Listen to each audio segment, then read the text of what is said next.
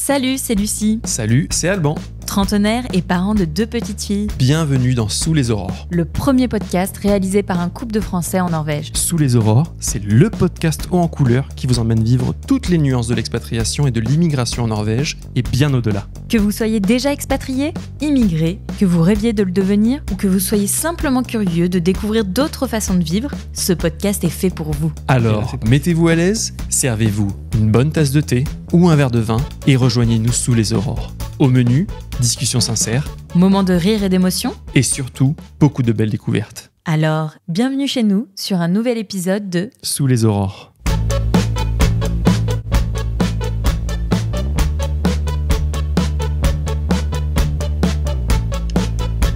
Bonjour à tous et bienvenue sur un nouvel épisode de Sous les aurores. Aujourd'hui, on vous emmène dans une aventure tout en poil. On vous a déjà dit qu'on avait 2 petites filles, mais est-ce que vous aviez déjà compris qu'en fait on en avait 3 et il y a une fille aînée dont on va beaucoup vous parler aujourd'hui et dans pas mal de détails. Et oui, parce qu'on va vous parler de notre expérience d'avoir un chien en Norvège et spoiler alert, c'est pas tout à fait comme en France. On va aussi vous parler des différences culturelles, des règles parfois un peu surprenantes comparées à la France et des endroits où aller avec son chien, de comment voyager avec son chien, surtout si on habite à l'étranger et qu'il faut revenir par avion. Et voilà, et puis même de comment gérer un chien quand la famille s'agrandit, qu'il y a aussi d'autres petits bébés à gérer, on va dire. Et je pense qu'on a pas mal d'anecdotes mémorables à raconter. Juste là, en réfléchissant une minute, je me dis qu'il y a bien sûr comment on s'est décidé à avoir Alba, donc notre chienne dont on va vous parler, la rencontre avec elle, et aussi peut-être une ou 2 disputes en forêt. Bref, si vous avez un chien, ou si vous pensez en adopter un, ou si tout simplement vous êtes curieux de savoir comment ça se passe avec un compagnon à 4 pattes en Norvège, cet épisode est fait pour vous. Mais avant de commencer à rentrer dans les détails de comment gérer un chien, le nourrir, ou l'entretenir, ou le promener, comment voyager, et j'en passe, est-ce que tu peux d'abord nous raconter quel a été un peu le cheminement pour nous pour avoir un chien? Et ensuite, on va arriver peut-être jusqu'à la rencontre.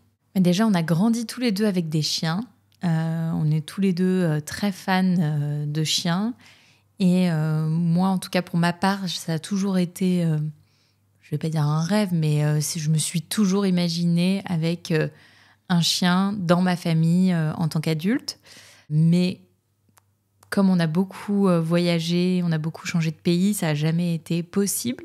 Quand on est arrivé en Norvège, après quelques années, j'ai compris qu'on allait rester là pour un petit moment quand même. Et là, du coup, j'ai eu une envie très très forte d'avoir un chien. De plus en plus, surtout en voyant à quel point Oslo est une ville pas kids-friendly, mais dog-friendly. Aussi kids-friendly, on précise. Hein.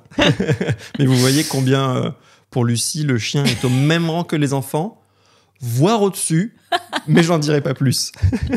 Ouais, non, mais quand j'ai vu que c'était une ville où c'était facile d'avoir un chien, parce qu'on va en parler, mais on peut l'emmener dans les transports, il y a de la nature partout, c'est facile de trouver un endroit agréable pour les promener. Moi, c'est devenu rapidement une envie très forte. Mais bon, on prenait notre temps, surtout qu'on ne savait pas trop quelle race on voulait. Enfin, moi, j'avais des vues depuis très longtemps sur le Samoyed, qui est notre chienne actuellement.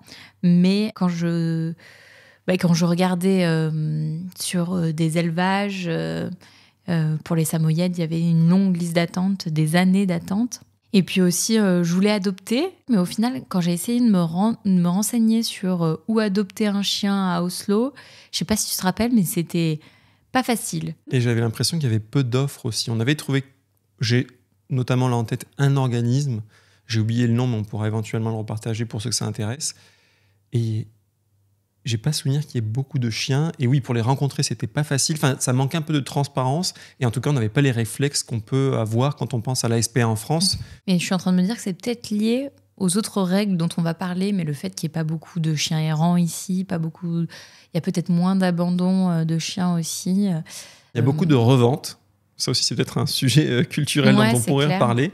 Mais il y a peu d'abandon, et heureusement d'ailleurs. Je sentais que ça serait compliqué d'avoir un Samoyed, même si je trouvais que c'était parfait pour la vie en Norvège d'avoir cette race-là. Et on s'est dit, c'est pas grave, on va prendre notre temps. Et en même temps, il y a le Covid qui est arrivé. Du coup, on était bloqués chez nous. On s'est dit, comment ça a commencé ? Je ne me rappelle même plus. En fait, on voulait avoir la souplesse d'avoir un chien, mais de décider quand on l'avait. Donc, c'est comme ça qu'on s'est lancé dans le dog sitting, dont on vous a parlé, je crois, déjà dans un épisode précédent. Ouais, voilà. Mais on s'est assez éclaté à rencontrer beaucoup de monde, rencontrer beaucoup de chiens de plein de races différentes. C'était vraiment aussi un vecteur social, en fait, de rencontrer tous les maîtres, de créer un lien. Il y en a certains qu'on avait quasiment tous les jours, parce que beaucoup de chiens, notamment avec le Covid, comme tu l'as dit, ont créé de l'anxiété. Ils avaient besoin que leur maître soit là tous les jours. Donc, on était devenus un peu les maîtres de substitution. Et ça nous a permis de voir des chiens de toute taille et toute race, des tout petits bichons blancs, à des gros staffs, je me rappelle aussi, qu'on a eu autour de Noël et qui n'acceptaient que de dormir dans notre lit entre nous deux. Sur le dos en ronflant. Ouais, sur le dos en ronflant. Si je retombe sur la vidéo, je pense que ça vaudrait le coup de la partager parce que c'était quand même grandiose. Bref, en tout cas, plein d'anecdotes trop cool et on avait vraiment aimé faire tout ce dog sitting. Mais pour autant, on ne s'était pas arrêté du coup sur une race en particulier. Non, et en fait, je pense qu'on se laissait le temps de quand est-ce qu'on allait passer le pas. Oui, voilà. On n'était pas pressés en soi. Je regardais quand même les annonces. Oui, je me rappelle, tu faisais Finn. des petits tours, savoir les listes d'attente pour telle et telle race, où c'était disponible plus ou moins. Oh ben non, il y a 2 ans, il y a 3 ans, donc on laissait passer un peu. Voilà, et je pense qu'on vous a déjà parlé du site norvégien Finn, où tout se passe, où c'est là où vous pouvez trouver un job, un amoureux, un appart, une voiture et aussi des animaux. Donc il y en a à donner, mais c'est rare. Et souvent, c'est à vendre. Et donc, je regardais sur ce site. Comme ça, par curiosité. Par veille, un peu par curiosité, pour voir un peu. Si vous avez écouté l'épisode sur l'achat de la maison, vous verrez que toutes ces petites veilles de Lucie me mènent ensuite toujours à des soucis. Donc beaucoup de bonheur, mais pas que. Et un jour, je tombe sur une annonce de Samoyed. Et ça arrive très rarement sur ce site, en tout cas. Ça devait faire quelques jours, c'était autour des vacances de Noël. Donc, j'avais peut-être pas regardé assidûment comme je faisais. Et l'annonce avait déjà quelques jours. On était en hutte, on était en chalet, là. Ouais, on était partis dans un chalet pour le Nouvel An. Et je vois cette annonce qui dit qu'elle a une portée de je sais plus combien de chiots, mais qu'elle a déjà reçu plus de 100 candidatures et qu'ils allaient choisir les propriétaires de manière très attentionnée. Oui, avec les profils les plus sérieux. Ouais. Voilà. Donc là, je me dis, bon, j'envoie un message, mais j'y crois pas du tout. Non, mais d'abord, oui, tu envoies le message, mais on en parle un peu à nos copains. Ouais, à ce que tu vois cette déjà annonce. Oui, bien sûr. Et je me rappelle d'un commentaire qui a suffi à me mettre dedans. Notre copain qui nous dit, de toute manière, t'as rien à perdre. Bah, c'est vrai. Ouais. Et c'est là que tu te dis, bah, c'est vrai, après tout, je leur écris. Ouais, je leur écris. Mais ce que je fais, et ce que je n'avais pas fait avant, et c'est peut-être ça aussi qui a joué, c'est que cette fois, vu qu'ils ont l'air très, très rigoureux, je leur envoie notre profil de dog-sitter. Sur lequel il y a des photos, des revues, c'est un peu le Airbnb de la garde de chien. Exactement. Et en fait, c'est ça qui a trop marché, parce que le lendemain, donc on est le 1er janvier, elle m'appelle aux alentours de midi. Je me rappelle qu'on est dans ce restaurant à Tønsberg. Donc, on revient de ce chalet. On est en route pour Oslo. Et on s'arrête déjeuner. Et elle m'appelle pour me dire, j'ai vu votre profil de dog-sitter. Je pense que vous pourriez être une super famille pour un de nos chiots. Si vous voulez, vous pouvez venir les voir aujourd'hui. Et moi, j'y crois pas, quoi. Je me dis non. Et là, on reprend la voiture. Et on en discute avec nos amis, parce qu'on avait nos amis, on partageait la voiture avec des amis qui avaient eux-mêmes un chien, un husky. Ouais. Et bien sûr, rebelote. Un premier ami qui nous dit rien à perdre, et eux qui nous disent aussi, bien sûr, on va pas vous forcer, mais si vous décidez d'y aller, nous, on est OK.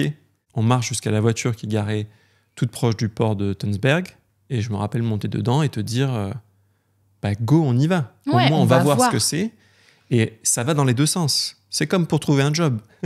Il faut que le job vous plaise et que vous vous plaisiez à l'employeur. Là, c'est pareil. Je me suis dit, il faut que la chaîne nous plaise et il faut aussi que les éleveurs nous plaisent et qu'on vérifie si l'élevage est sérieux.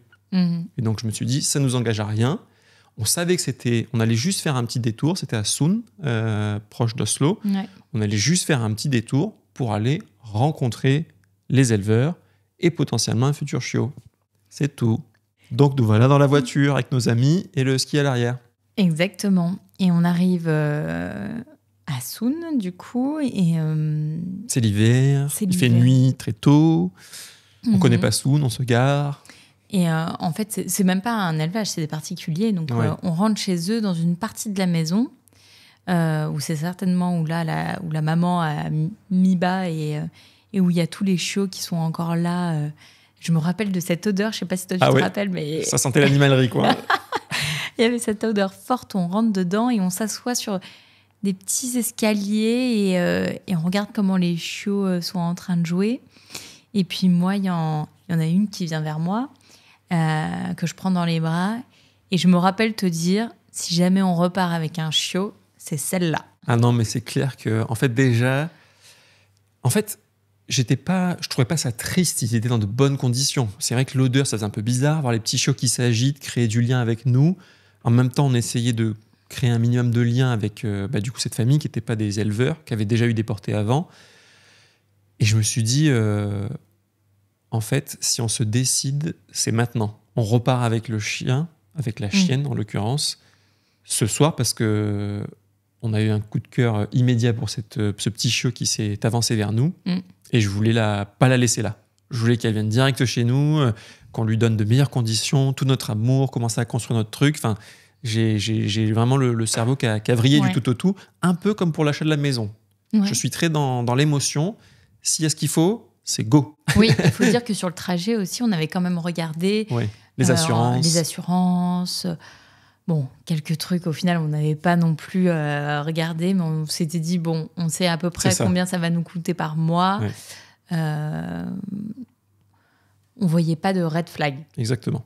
Et puis voilà, et du coup, on discute avec la propriétaire qui a l'air de bien nous aimer. Et puis en fait, au fil de la discussion, elle nous dit, si vous voulez, vous pourrez repartir avec maintenant, quoi. Ouais. Donc voilà, elle nous dit qu'elle a fait tous les vaccins. Elle nous donne quelques croquettes. Oui, il y avait un petit sac de croquettes. Il y avait un morceau de la couverture plaid dans laquelle Alba, du coup, notre chienne, est née. Donc la couverture a été séparée pour tous les frères et sœurs. Certains étaient déjà partis. Et je me rappelle que c'était important pour eux que les gens qu'ils avaient sélectionnés, ils souhaitaient vraiment... Les chiots étaient relativement grands. Je crois qu'ils avaient dépassé les 8 semaines. Donc imaginez peut-être entre 8 et 10 chiots samoyèdes plus la mère chez eux. Effectivement, je pense qu'ils étaient contents de se séparer des chiots, même si ça doit être assez difficile. Mais une fois qu'ils avaient trouvé les bonnes personnes, ils n'avaient pas envie que ça prenne du temps.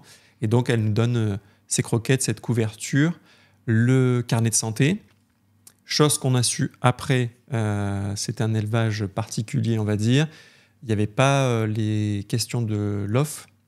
Avec le recul, ça aurait été peut-être mieux, mais en soi, ils avaient pris soin des chiens. Il n'y a pas eu de maladie déclarée parce que d'autres maîtres se sont ensuite posé la question a posteriori de vérifier qu'il n'y avait pas d'antécédents au niveau des hanches, au niveau de la vue. Donc ça, c'est vraiment des questions importantes. Et normalement, quand on a un chien certifié, on va dire, avec le LOF, ça limite toutes ces histoires de santé parce que les chiens ont été testés. C'était pas le cas. Tu peux expliquer ce que c'est ? Non, parce que je ne sais pas exactement l'expliquer.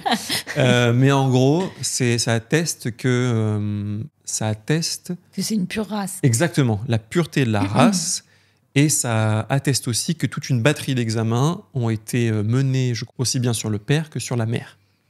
Voilà. Donc c'est un engagement qualité, un label. Ouais. C'est le label rouge des chiens. Sur le moment, ça nous...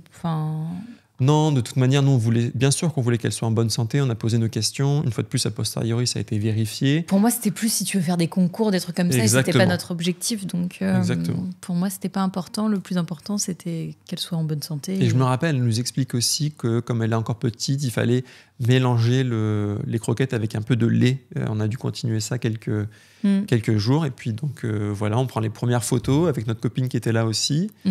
Merci Mélo d'avoir immortalisé ces premiers moments. Et nous voilà partis dans la voiture avec Maddy le ski à l'arrière et Alba sur tes genoux sur le siège passager. Ouais, elle avait trop peur, la pauvre. Elle tremblait de tout son corps. Déjà en plus, dans on les devait tunnels. prendre un tunnel. Ouais, elle aime toujours pas les tunnels. Hein. Je sais pas si c'est à cause de cette fois-là, mais elle tremblait et tout. Et moi, je disais, ça va aller. Trop mimi, quoi. Et on arrive à la maison. Et comme on est le 1er janvier, qu'on n'avait pas l'intention de rentrer avec un chien. On avait 0 laisse, On avait 0 rien. panier, rien du tout. Pas de nourriture. Pas de gamelle, pas de... On a dû aller acheter le lendemain, un peu en urgence, tout ça. Et surtout, on faisait toujours du dog sitting. Donc le lendemain... Les gens qui ne savent pas dire non. Les gens qui ne savent pas dire non, on avait quand même 3 chiens à garder. 3 ou 4, je ne me rappelle plus. 3. 4 avec Alba. 4 avec Alba. Et là, on se dit, mais comment on va faire demain ? C'est pas possible, on peut pas gérer 4 chiens, dont un chiot, quoi. Ouais. Et là, justement, on demande à nos amis... Vous êtes libre par hasard ? Vous pouvez venir nous aider demain parce que... après, on a annulé nos rendez-vous de dog sitting. Ouais, on a commencé à dire, là, c'est plus trop possible. Au moins le temps qu'elle grandisse un peu et qu'on trouve nos marques avec elle. Et après, pendant un petit moment, on a repris le dog sitting avec elle. Parce que ça nous plaisait vraiment. Ouais.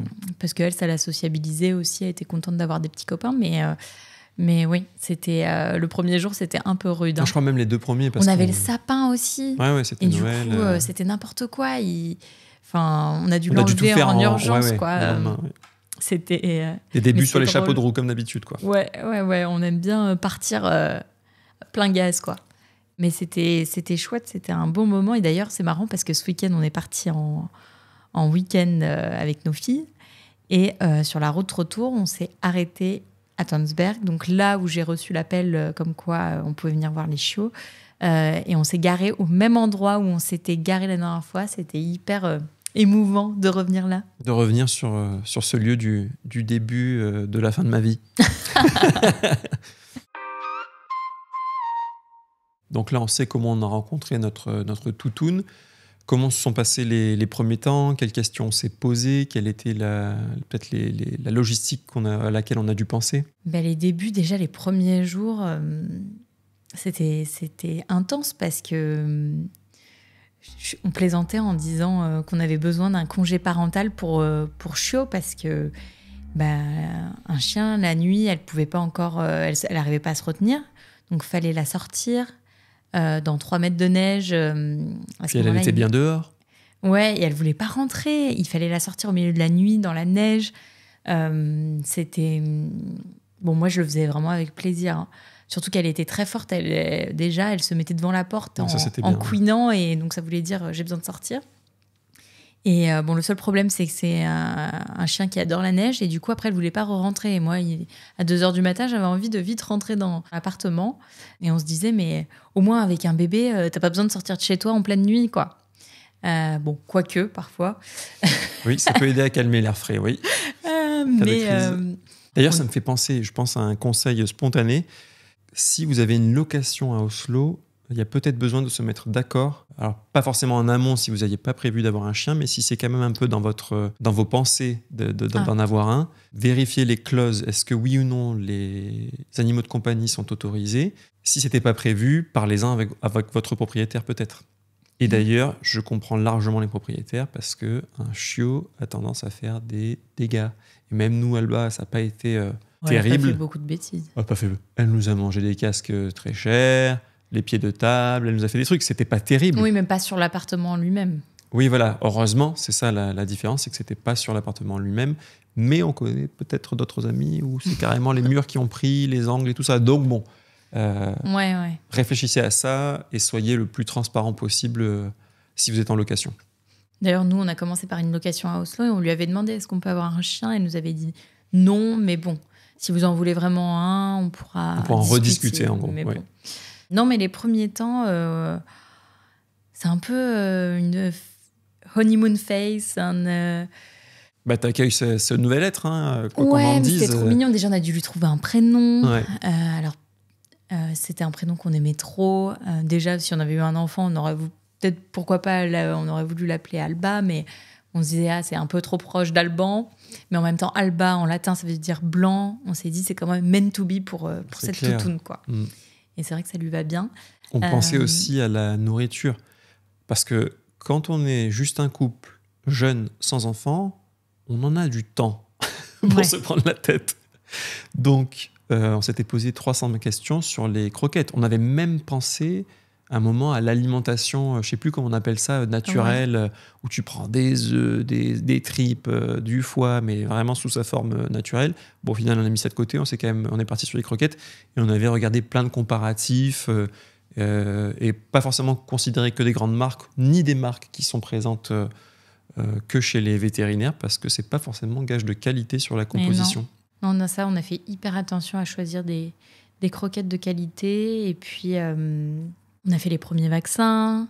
Oui, c'est ça. On a fait direct son passeport parce qu'on s'est dit, on devra certainement l'emmener avec nous en France pendant des vacances. Et d'ailleurs, comme nous l'a fait remarquer, je crois que c'est Thomas Bassetto, les chiens sont les seuls qui ont des passeports européens en Norvège. C'est vrai. Et puis c'est la seule de la famille à avoir un passeport norvégien pour l'instant aussi. Aussi, c'est vrai, la seule norvégienne qui a un passeport norvégio-européen. Ouais, et à l'époque, quand on l'a eu, on habitait à côté du jardin botanique, donc c'était vraiment génial pour aller la promener.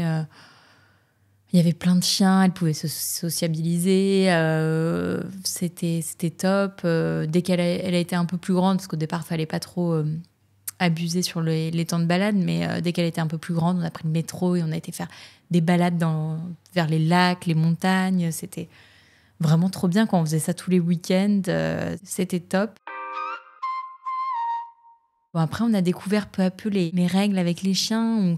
En France, c'est un peu plus souple. Notamment en France, quand on a eu un chien tous les deux, on les a fait direct castrer. Ouais, ou stériliser si ce sont des femelles. Ouais. Et pour Alba, on avait demandé, on nous avait dit non, en Norvège, on ne le fait pas. Oui, on nous en avait même pas parlé. Et c'est vrai qu'à ce moment-là, on n'avait pas trop demandé non plus parce que on nourrissait secrètement le projet de peut-être avoir un jour une portée, parce que ce qu'il faut savoir pour les femelles, c'est qu'il faut qu'elles aient au moins une portée, ce qui va enlever énormément de risques potentiels pour des tumeurs mammaires ou des risques de cancer de l'utérus sur le long terme.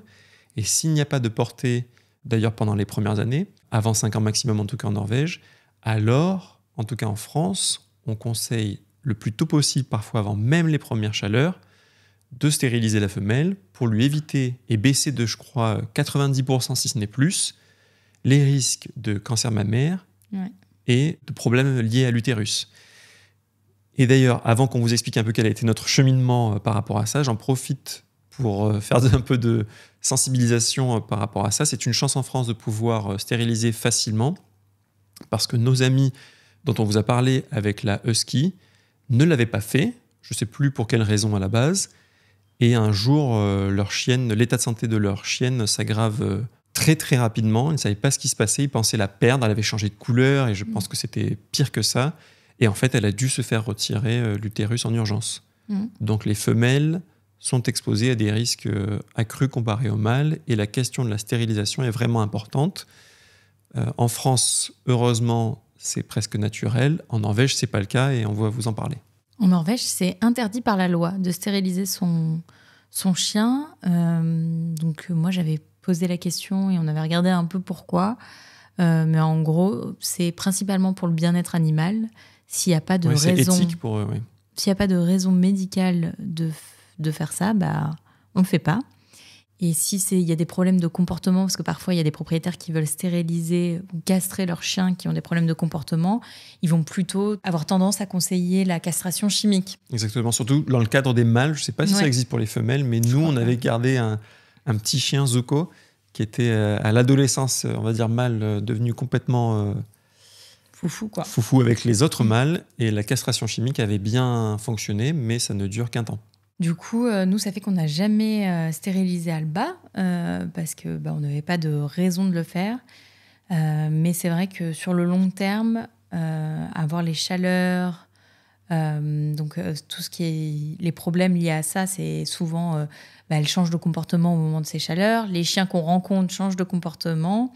Quand on rencontre des chiens en balade, ça peut plus ou moins bien se passer selon son humeur, dirons-nous. Il y a toujours le risque, si jamais elle est lâchée et tout, il y a le risque qu'on ait une portée avec un gendre dont on ne veut pas. Qui n'a pas fait sa demande. Et à la maison, ça se traduit aussi par les pertes de sang qui durent... donc c'est 3 semaines. À peu près 3 semaines, 2 fois par an, un peu comme la mue au final. Donc souvent la mue, ça alterne avec des énormes pertes de poils. Et après, au final, 2 mois peut-être après, on avait les chaleurs. Donc c'est une logistique très lourde, je dirais. Et pourquoi c'est lourd aussi d'avoir ces taches de sang? Ça veut dire qu'après chaque balade, il fallait lui mettre une culotte, avoir un stock de culottes. Tu n'es pas obligé de lui mettre une culotte, mais après, tu dois nettoyer. Les chiens ont tendance à lécher quand même après eux, mais bon, c'est pas parfait. Ouais. Donc, soit tu dois nettoyer et passer derrière elle partout où elle va, soit tu dois lui mettre une culotte. Nous, on avait pris cette option, on lui mettait une culotte, et c'est vrai que c'est pas très fun pour elle, ni pour nous à chaque fois de l'enlever et la remettre. Ouais. Donc, au bout d'un moment, on s'est dit, non, mais on va quand même le faire. En Norvège, j'avais demandé, est-ce qu'on peut quand même le faire, même si je sais que c'est interdit. Ce que j'avais cru comprendre, c'est qu'elle m'avait dit, on peut peut-être s'arranger, mais bon, je sentais que c'était un truc trouvant une raison médicale. Ouais, voilà, que c'était un truc un peu borderline. Et elle m'avait annoncé un prix, je ne sais plus si tu te rappelles, mais c'était... Moi, il me semble que c'était au-dessus de 20 000 NOK, qui, à l'époque, parce que c'était déjà quelques années, représentait plus de 2 000 euros, ou au moins 2 000 euros. Ouais. Mais en tout cas, je me rappelle que c'était une somme énorme, parce que je me suis dit, non, on ne le fera pas ici, du moins, parce que autant le faire quand on est en France, ça coûtera moins cher. Et au final, on l'a fait cet été. On est rentré avec elle cet été en France. Et la genèse, ça a été qu'on a fait enfin le constat aussi que avoir un samoyed plus 2 petites filles très rapprochées derrière, la portée n'allait certainement pas se faire. Oui, on n'allait pas devenir grands-parents tout de suite. Voilà, malheureusement. Mais de toute façon, ça, j'étais un peu... j'avais fait aussi un peu mon deuil quelque part, ton cheminement. Oui, où je me disais, si jamais on fait une portée Alba, et qu'on garde pendant 2 mois, parce que c'est le temps légal qu'ils doivent rester avec leur mère, moi, j'arriverai jamais à me séparer d'eux au bout de 2 mois, quoi. Ouais, c'est clair.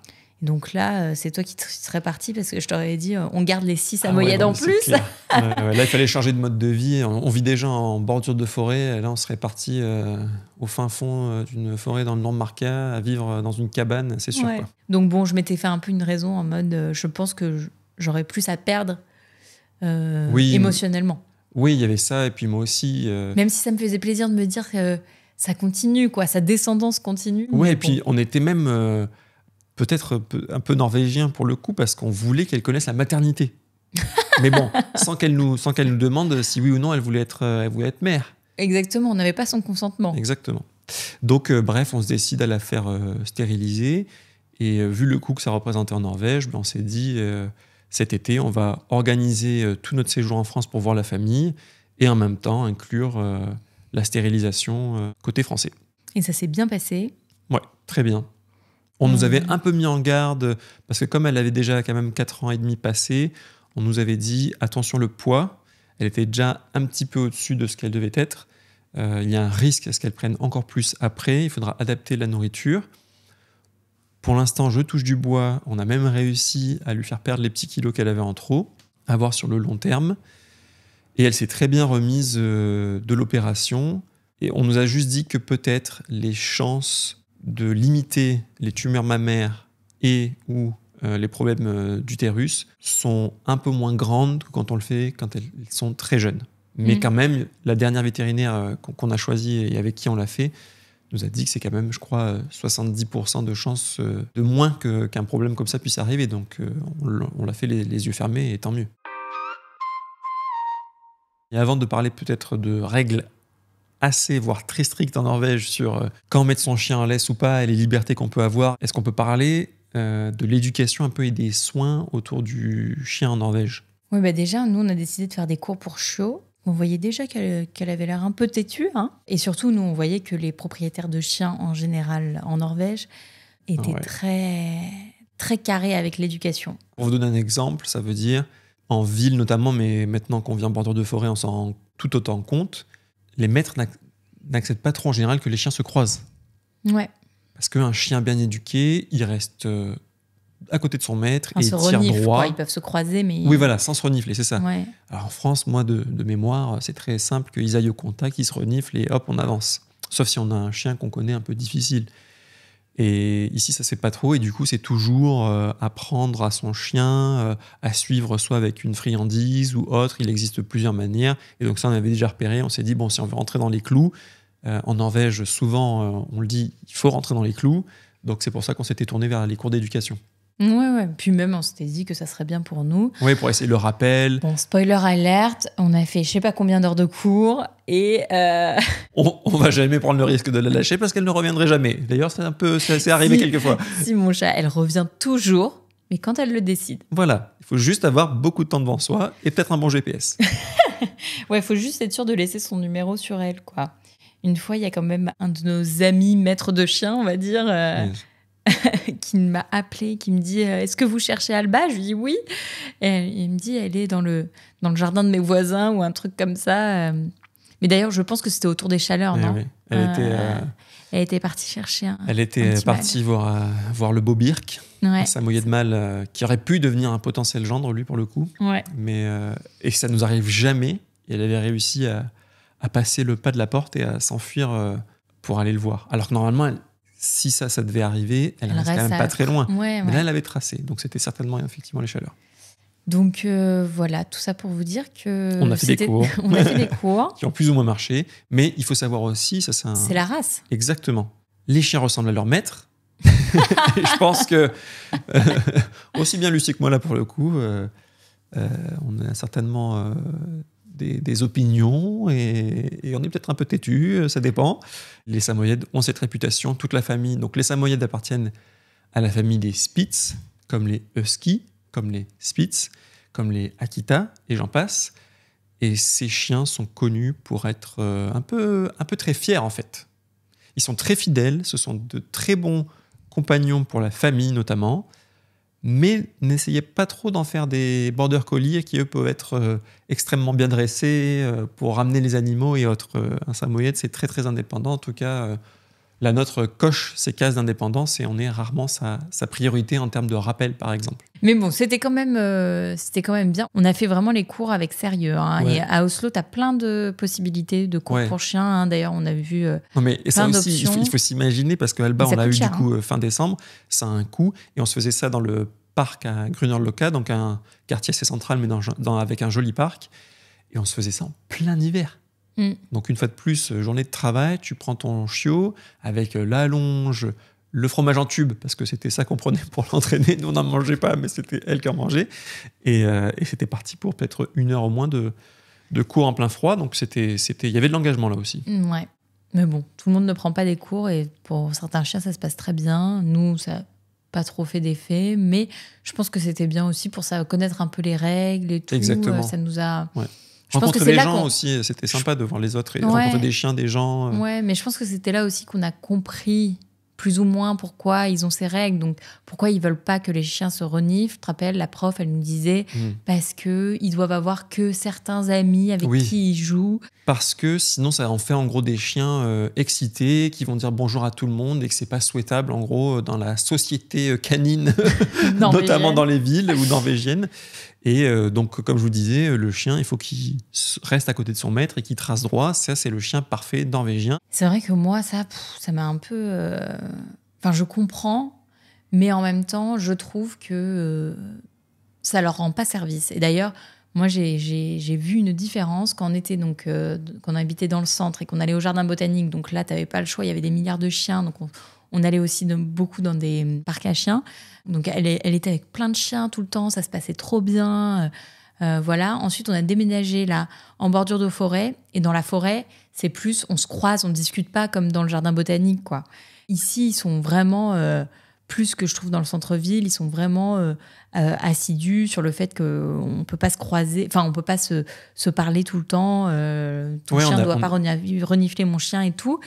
Et je trouve que depuis qu'on est ici, eh ben, ça se passe beaucoup plus mal avec certains chiens. Ouais. Parce qu'il n'y a pas accès, en fait, elle est frustrée. Ouais, il n'y a plus cette habitude de jouer avec tout le monde, quoi. Bon, c'est mon opinion. Il y a peut-être des professionnels canins qui viendront dire le contraire. Vous avez fait n'importe quoi, et c'est certainement vrai, mais nous sommes parents, donc c'est comme ça. On avait des principes, et maintenant... on a un chien, et avant on avait des principes, et maintenant on a des enfants. Et ça nous est arrivé de la laisser en liberté, mais dans des contextes où on savait qu'on n'avait pas de mal pour la récupérer, où on avait le temps. En tout cas, il y a une règle qu'on a dû apprendre et que les Norvégiens ne te manquent pas de te le rappeler si jamais tu ne suis pas cette règle à ce moment-là. Je pense que ça fait partie des fois où on les a vus les plus agressifs. Ouais. Gratuitement, comme ça, boum. Tu suis pas la règle, ben on te la rappelle et on te la rappelle de face, quoi. C'est pas au fait, il faut comprendre. Ouais. Et la règle, c'est qu'il faut tenir son chien en laisse du 1er avril au 20 août. Et donc même tous les beaux jours. Ouais, voilà. Et même parfois pendant l'hiver, ça dépend. Moi, franchement, maintenant, j'ai l'impression que c'est plutôt une règle générale. Mais notamment là où on vit, ils avaient agrandi vraiment la période où on devait tenir son chien en laisse parce qu'il y avait eu des élans qui avaient été vus en train de se balader. Voilà. Et pourquoi ils ont fait cette règle ? Le bond vent. C'est pour que les chiens ne courent pas après les animaux sauvages. Pendant la période de reproduction. Ouais, notamment, mais même pour pas les effrayer et tout. Ouais. Enfin, donc, ça part d'un très bon sentiment et on comprend. Mais carrément. C'est délicat. Je veux bien qu'il y ait des règles, mais là, en l'occurrence, faut être aussi un peu... Je comprends. Et là, je pense qu'on se heurte à quelque chose qui est difficile dans la société norvégienne, surtout que nous, on vient d'un pays latin. C'est l'application des règles au-dessus de tout. Dans le sens où, même si on peut penser qu'une règle peut être stupide ou injuste, elle va certainement en Norvège être rigoureusement appliquée par la plupart. Je ne dis pas que 100% des Norvégiens sont pareils, ce serait comme dire que 100% des Français sont pareils, ça n'existe pas. Mais c'est quelque chose qu'on retrouve beaucoup. La règle, c'est la règle. On ne réfléchit pas au contexte, on ne réfléchit pas au cas particulier.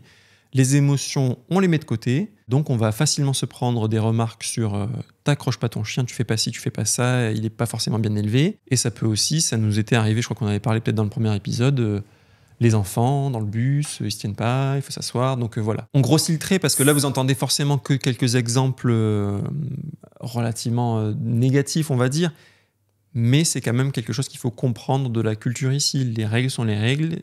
Et je pense que dans 90% des cas, ça nous va bien aussi que les règles soient respectées. Bien sûr, parce qu'on en bénéficie. Bien sûr, c'est agréable d'avoir des règles qui sont respectées, mais c'est juste parfois... Surtout quand tu es raisonnable à la base. Voilà. Pour moi, ça peut devenir un peu... C'est pas que ça peut le devenir, ça devient anxiogène et ça peut être un peu étouffant. C'est plus tu te dis ah ben tiens, je respecte les règles et tout va bien, c'est ah là là, quelle règle j'ai potentiellement oublié, qu'est-ce qui va me tomber dessus. C'est un peu ce changement qui peut être délicat. Quand je compare avec la France, je trouve ça bien qu'il y ait ces règles, au moins c'est clair. Tout le monde est à la même page et tout.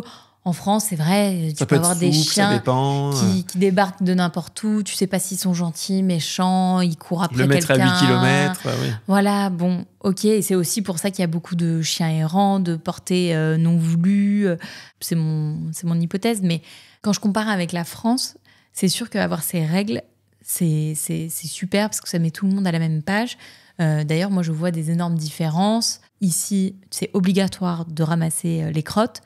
Et ben, t'en vois pas. Et que ce soit en ville ou dans la nature. Parce que dans la nature aussi, t'es obligé de ramasser. Et là, quand je rentre en France, que tu sois... alors en campagne, j'en parle même pas. Mais quand tu es en ville, sur du béton, et que avec ta poussette, tu es obligé de slalomer entre les crottes. Carré. Oh là là. Enfin, mais...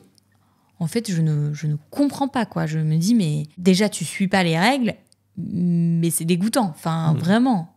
C'est pas génial de ramasser les crottes de ton chien, comme c'est pas génial de changer les couches de ton bébé. Exactement, et pourtant tu le fais bien, mais c'est clair. Ouais. Et ça, je trouve que, pour le coup, les règles sont bien suivies en Norvège. Et tant mieux, dans la plupart des cas, bien sûr. Parce que, franchement, je trouve ça invivable en France. Il n'y a pas du tout cette conscience, mais ici, c'est tellement un mécanisme naturel. On n'a pas à te l'enseigner. Tu le sais depuis le début, parce que tu as vu tout le monde le faire, en fait. Et en France, il faudrait que ça vienne. Si tout le monde... Non, mais en France, à Paris, naturel. Je me rappelle quand même, on te mettait des amendes si tu ramassais pas. Il y avait quand même, en tout cas, quand moi j'avais mon chien à Paris, je me rappelle qu'ils faisaient de la prévention sur ça, qu'il fallait ramasser, qu'ils te mettaient une amende, même si tu le faisais dans le caniveau et qu'en soi c'était pas sur le trottoir. Je me rappelle de certaines histoires comme ça, ils te mettaient une amende. Bon, là, j'ai l'impression que la prévention a un peu... Mais du coup, c'est dommage parce que je pense que ça participe pas aussi... Ça stigmatise. Voilà. Je vois des groupes où ils ont envie que Paris devienne plus dog-friendly et tout. Seulement, quand tu vois qu'il y a plein de crottes de chiens partout, ça aide pas. Ça aide pas, quoi, la cause. Donc, c'est un peu dommage. Et ici, du coup, c'est hyper dog-friendly. Tu peux l'emmener partout parce que je pense que les gens savent qu'il y a ce respect-là, quoi. Donc, tu peux emmener ton chien dans le bus, dans le bateau, dans le tram, sans aucun problème. Les seuls endroits où tu peux pas aller, ce sont les restaurants à l'intérieur. Tu peux aller sur toutes les terrasses, même si on vous donnera la liste, si vous voulez, des endroits qui acceptent les chiens à l'intérieur dans certains lieux publics d'Oslo. Ouais, c'est pas. On a voyagé à Londres. Là-bas, c'est vraiment mis en avant, et j'ai l'impression que c'est plus l'exception de ne pas pouvoir rentrer dans un restaurant ou dans un café avec son chien. À Oslo, on n'en est pas là, mais il y en a beaucoup quand même qui acceptent. C'est pas la majorité. Raisons sanitaires aussi. Exactement. Je pense qu'à la base, ce sont des raisons sanitaires. Ouais. Mais c'est génial parce qu'il y a beaucoup d'endroits où tu peux venir avec ton chien. Ouais, et ça, c'est vraiment sympa. Nous, on avait notre petite liste de restos ou de cafés où on pouvait emmener Alba. Dans notre quartier, oui. Et autant l'été, bon, c'est pas très dérangeant, tu peux te poser en terrasse avec ton chien. Mais en hiver, surtout nous, quand il neige et tout, même si Alba, ça la dérangerait pas de rester en terrasse, nous, on est bien contents d'avoir ces petites adresses où on sait où se mettre au chaud. Et en plus, au bout d'1 an, on a eu Gisèle, donc notre première fille. Et donc là, il fallait qu'on trouve des cafés ou des lieux qui nous permettaient de venir avec le chien et qui étaient compatibles avec un nourrisson, un petit bébé. Donc là aussi, ça a augmenté. Ça, on l'a laissé dehors. Le chien ou le bébé? Le bébé. Les deux. Oui, le bébé, on l'a laissé dormir dehors, en dehors du café, pendant vrai. la sieste. Donc, donc il y a toutes ces règles qui sont plutôt bien suivies, que ça nous plaise ou non. Et quand elles ne le sont pas, on nous le rappelle. Et d'ailleurs, ça nous... Mais ça nous a valu des grosses disputes, parfois. Oui, parce que notamment avec nos amis. Alors, on peut aussi passer rapidement sur le fait que quand même, avoir un chien à Oslo ou en Norvège, ça permet de rencontrer des gens. Souvent, on dit en Norvège, il faut faire des clubs, des activités, avoir des enfants, avoir un chien, ça permet de rencontrer des gens. Et ben nous, ça a carrément coché cette case. On s'est fait un très bon couple d'amis, notamment, par le biais d'un groupe Facebook de Samoyed en Norvège ou de Samoyed à Oslo, je ne sais plus. Ouais.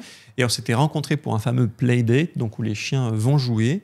Et depuis, on est devenus hyper amis. Et elle est latine, on va dire, comme nous, brésilienne, donc aussi le sang un peu chaud. Et on l'a vu parfois s'énerver de fou contre des personnes dans des dog parks parce que soit il ne respectait pas le fait que le chien allait embêter le sien, ou alors et elle se faisait aussi beaucoup reprendre sur les histoires de laisse. Et pour le coup... leur chien écoute un peu plus. Leur chien écoute un peu mieux, mais sa compagne est norvégienne. Et pour elle aussi, elle trouve que les règles sont très strictes, voire trop strictes, et que le ton des gens est parfois trop moralisateur. Donc ça nous rassure un peu de se dire on n'est pas complètement fou, même si un peu trop le sang chaud parfois. Et en tout cas, donc ce genre de remarques, on se l'est pris plein de fois. Et une fois, on était en forêt on avait que Gisèle qui était dans son chariot et Alba, et on lâchait encore, on osait encore lâcher Alba. Et là, c'était pas une question qu'elle n'avait pas le droit d'être lâchée. On était dans la bonne période. Mais quand c'est pas des histoires de reproduction d'animaux, après, c'est si ton chien va voir le chien qui a été traumatisé dans son enfance par un autre chien et qui du coup devient agressif, blablabla. Enfin, ils te font toute une thérapie du chien. Et c'était ce cas-là. Alba, elle voit un chien au loin, elle va dessus, mais à la base, pas du tout pour aboyer ou l'embêter. Et en fait, la maîtresse était hyper défensive, le chien l'a ressenti, lui, il a commencé à aboyer comme un fou, Alba l'a mal pris, elle a aboyé comme une folle, et du coup, là, on part, donc on avait une petite fille qui était presque un bébé, on part en courant pour essayer de prendre Alba, ça s'échauffe, la maîtresse qui nous commence à sortir des mots d'oiseaux, mon sang qui ne fait qu'un tour parce que toi, tu étais enceinte de la deuxième.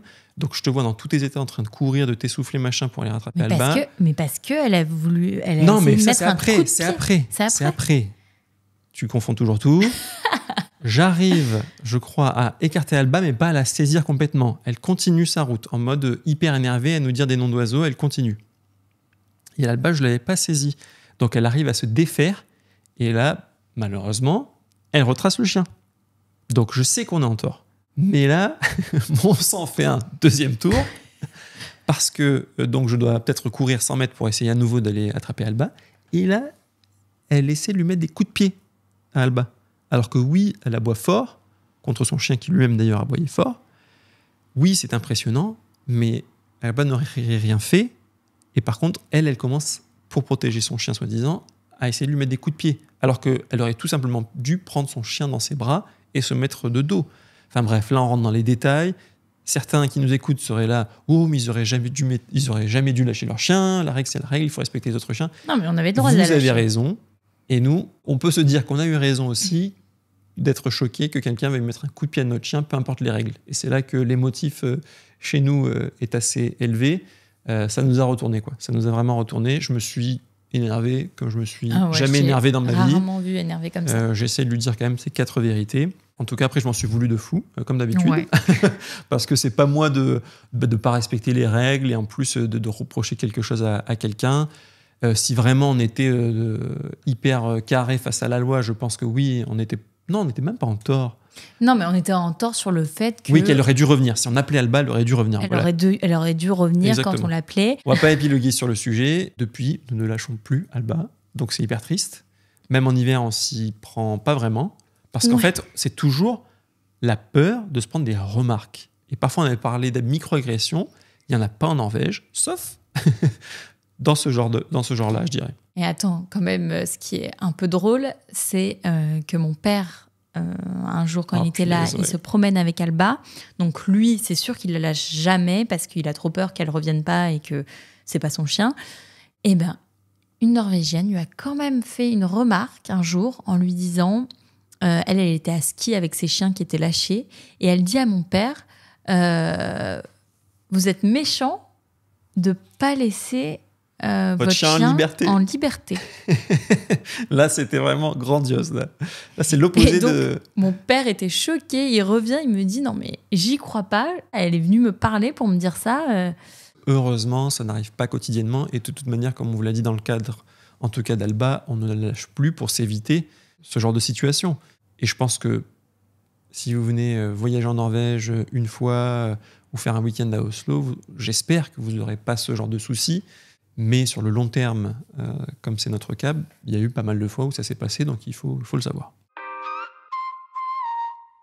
Voilà pour cette première partie. On espère que vous en avez appris un peu plus sur les différences culturelles canines. On va revenir dans un deuxième épisode. On va vous parler de la vie quotidienne et des activités qu'on peut faire avec son chien, notamment dans notre cas le ski, qu'on adore. On va aussi passer un petit moment pour vous expliquer comment voyager avec son chien, en prenant l'avion, comment ça se passe, les papiers qu'il faut, et parfois comment on ressent ça aussi, c'est important, c'est pas facile. Et enfin, le toilettage, les modes de garde et comment ça se passe avec l'arrivée d'un bébé dans la famille. À tout de suite.